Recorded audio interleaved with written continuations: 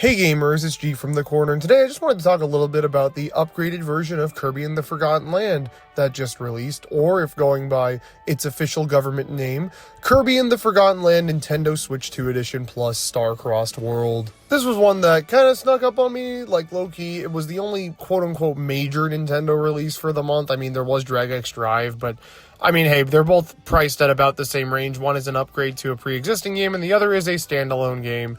I was going to talk about Drag X Drive because I did actually pick it up, but genuinely I have so little to say about it, it would not make for a very interesting video. So we're going to talk about the Kirby DLC. I'm happy to be talking about more Kirby on the corner, as y'all probably could imagine. And getting to talk about Kirby and the Forgotten Land, that's amazing, but I have decided that today will not be the day I'm really digging deep into this game. I genuinely believe that Kirby and the Forgotten Land is the best game in the series and one of the best 3D platformers ever made, but I feel like it requires a little bit more nuance for me to actually tackle and give my full thoughts on. So really, I just want to tell you if this upgrade's worth it or not. I suppose I could give the brief back-of-the-box description for those who are unfamiliar. Kirby and the Forgotten Land is the first 3D platformer in the series.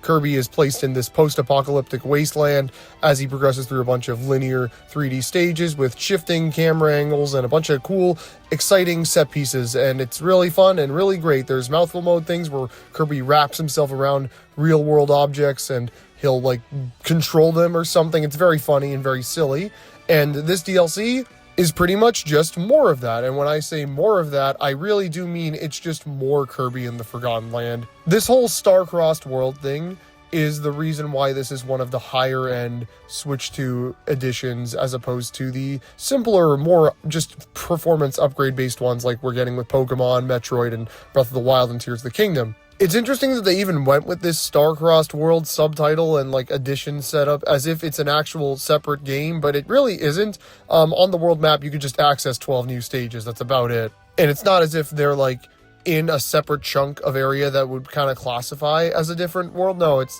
the same. It's the same map. Like, you're just kind of progressing through the campaign, but dodging all the levels you already did and doing these new ones instead. And I mean, like, it's fine. You know, like, I think the setup isn't what's really that disappointing here. I feel like it's more so the execution. All of these stages very much reused the assets and the models pretty much of the old stages from the base game. There's new segments, there's new level designs, you know, new things are happening that weren't happening in the base game, and there's remixes of a ton of the music, but it is just kind of a remixed extra campaign, which, you know, is fine, especially since they are actually new level designs that you're going through instead of just like the same ones but with stronger enemies and bosses. But it all still feels the same. I mean, you're still going to the same locations that you went to in the base game. It's not like this is a separate new world filled with new levels and a new environment. There's literally none of that here. It's pretty much just 2 levels in each theme of the game, and then a boss. And it's the only boss. There's not like a new tier of EX boss for every single boss in the game. You just fight one boss at the end, and in my opinion, it was kind of underwhelming. I mean, it's a fun fight, but it was probably the least interesting thing they could have possibly done, especially since if you're a Kirby lorehead like myself, there were hints towards maybe some older characters appearing as bosses, but no, it was really kind of lame, I'm going to be honest, what they did. I'm not going to spoil it for those who haven't seen it yet, but I didn't like it very much. There is a new boss rush. It is very hard, and that's cool.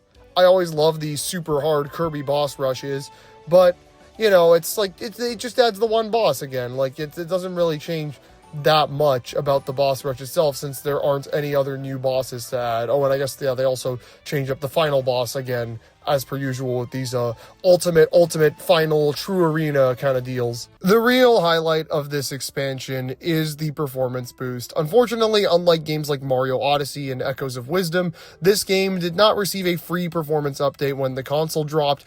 That performance update was tacked on to this upgrade. Now, Kirby and the Forgotten Land was always a stunning game, but it did run at 30 FPS, and background objects ran at like 10, and, you know, the resolution was only as high as the original Switch's resolution. I'm not sure what the exact numbers are here, but the game runs at 60, background objects barely dip in frames, and the resolution is bumped up like crazy. I'm pretty sure it is 4K, but don't quote me on that, I'm not sure. HDR support is also there, so the game looks a lot more vibrant on most TVs. It's good.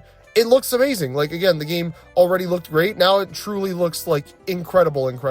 And that's kind of the main reason I'd recommend this. You know, if you're thinking of replaying Forgotten Land and want to play a beefed up version of it, then go for it. You know, I was kind of in the mood to play through a Kirby game again earlier this year, and then when they announced this, I said, okay, I'll hold off and replay Forgotten Land with this enhanced frame rate. I haven't done that yet. I just checked out the DLC and all the new stuff, but I will probably be replaying the game very shortly. And, you know, it's, again, it's a fun game. It is the best Kirby game, so I can really only say it's that bad of an upgrade. I mean, like, look, you know, if I had to recommend you buy Forgotten Land, would I be telling you to go out to your local Walmart and pick up the $115 Canadian physical copy of the Switch 2 edition? Yes, that's how much it costs.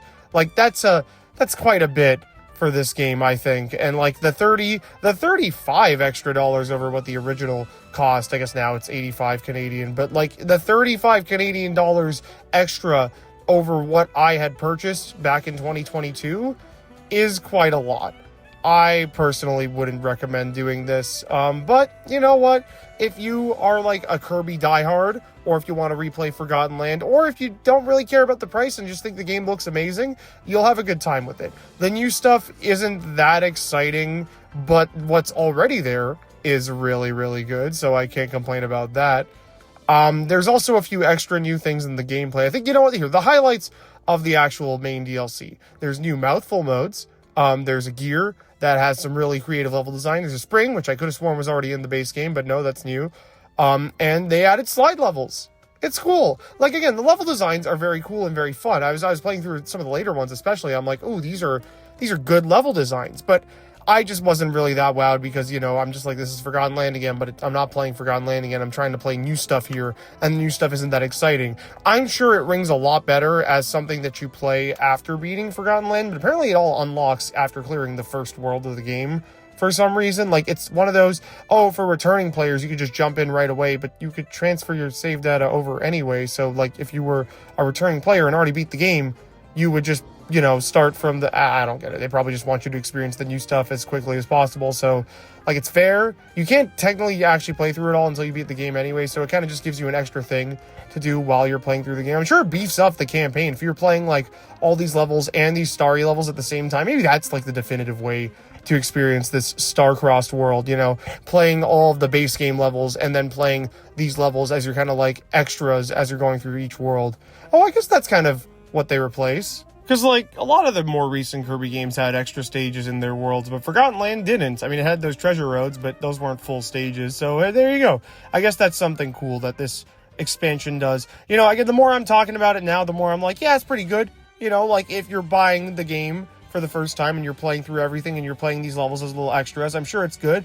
Just playing them all back to back, it felt more like I was going back and 100%ing the game than actually playing through it from the start. So maybe I experienced it the wrong way. Oh well, what are you gonna do? I can only really complain so much. A lot of this probably comes from the lack of Kirby content in the last, like, 2 years. I mean, obviously, you know, Kirby got a lot in the anniversary.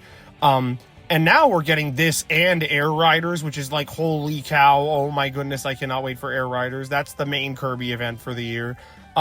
But considering how, like, you know, little was really put into this expansion, I'm sure the next mainline Kirby isn't, like, too far away. I doubt it's next year, but maybe, like, the year after? Question mark? That'd be nice. That'd be really nice. I'd be excited for a new mainline Kirby in a few years. But, you know, whatever, it's fine. Like, this is a good expansion if you want more Forgotten Land or if you're picking it up for the first time. If you're expecting something cool and exciting and new and fresh and something that's going to keep you busy for like 10 to 15 hours and make you feel, oh, wow, that was a great investment, you're not getting that here. You're just not. But, yeah, that's all I have to say about this Switch 2 edition. First Switch 2 edition review on the corner.